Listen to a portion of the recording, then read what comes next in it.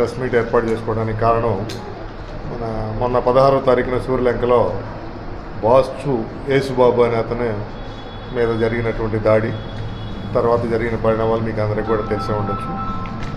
ఈ బాసు యేసుబాబు దగ్గర కొక్కిలిగడ్డ చంద్రశేఖర్, అతన్ని చిన్ను అంటారు, అతను గత నెలలో గుమస్తాగా జాయిన్ అవ్వడం జరిగింది.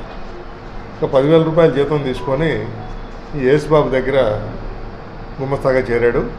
యేసుబాబు అనే అతను ఫైనాన్స్ వ్యాపారం చేస్తూ సూర్యలంక చుట్టుపక్కల ప్రాంతాల్లో వడ్డీకి డబ్బులు ఇస్తూ వారం రోజువారీ కలెక్షన్ చేసుకుంటూ ఉండేవాడు. అతనికి అసిస్టెంట్గా ఇతన్ని ఏర్పాటు చేసుకోవడం జరిగింది. ఇతను దుర్బుద్ధితో ఆ రోజువారీ కలెక్షన్లు, ఈ అప్పులు ఇచ్చినటువంటి వాళ్ళ వివరాలన్నీ తెలుసుకున్న తర్వాత ఈ డబ్బంతా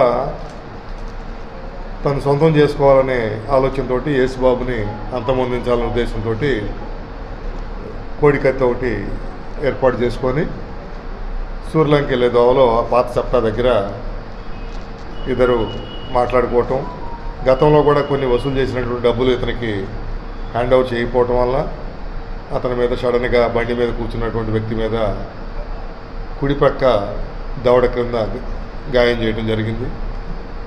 దాంతో యేసుబాబు మోటార్ సైకిల్ మీదే సూర్యలంక వెళ్ళి అక్కడ కిరాణా షాప్ ముందు రక్తపు మడుగులో పడిపోవటం, అతని స్నేహితుడైనటువంటి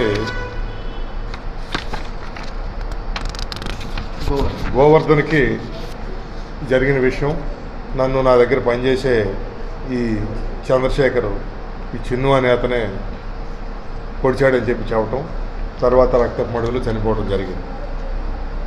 ఆ తర్వాత మా సిఐ గారు మేమంతా కూడా సీన్ విజిట్ చేయటం, సైంటిఫిక్గా క్లూస్ టీము అన్ని ఆధారాలు సేకరించడం, టవర్ లొకేషన్స్, కాల్ డీటెయిల్స్, అలాగే అతని ఏదైతే అనుమానితుడైనటువంటి Chandrashekar bank details, financial transactions అన్ని వెరిఫై చేసి ఈరోజు మా సిఐ గారికి రాబడినటువంటి ఇన్ఫర్మేషన్ మీద అతను అరెస్ట్ చేయడం జరిగింది. అతన్ని రేపు ఉదయం కోర్టులో రిమాండ్ రిపోర్ట్తో హాజరుపెట్టడం జరుగుతుంది. కూడా బయట పెట్టుబడి పెట్టున్నాడు. ఆ రికార్డ్స్ అన్నీ కూడా ఇంకా పూర్తిగా వెరిఫై చేయాలి. అందులో రిమిటెన్స్ ఎంత ఉంది, ఇదంతా కూడా చనిపోయిన వ్యక్తికే పూర్తి వివరాలు తెలుసు, కానీ వాళ్ళ భార్యకి కానీ వాళ్ళకేం తెలియదు. ఆ రికార్డ్స్ అన్నీ కూడా ఇంకా వెరిఫికేషన్లో ఉన్నాయి. తర్వాత ఇవ్వాల్సిన వాళ్ళతో కూడా విచారించిన తర్వాత ఎప్పుడెప్పుడు వసూలు చేశారు, ఎంత ఇవ్వాలనేది తర్వాత చెప్పగలం.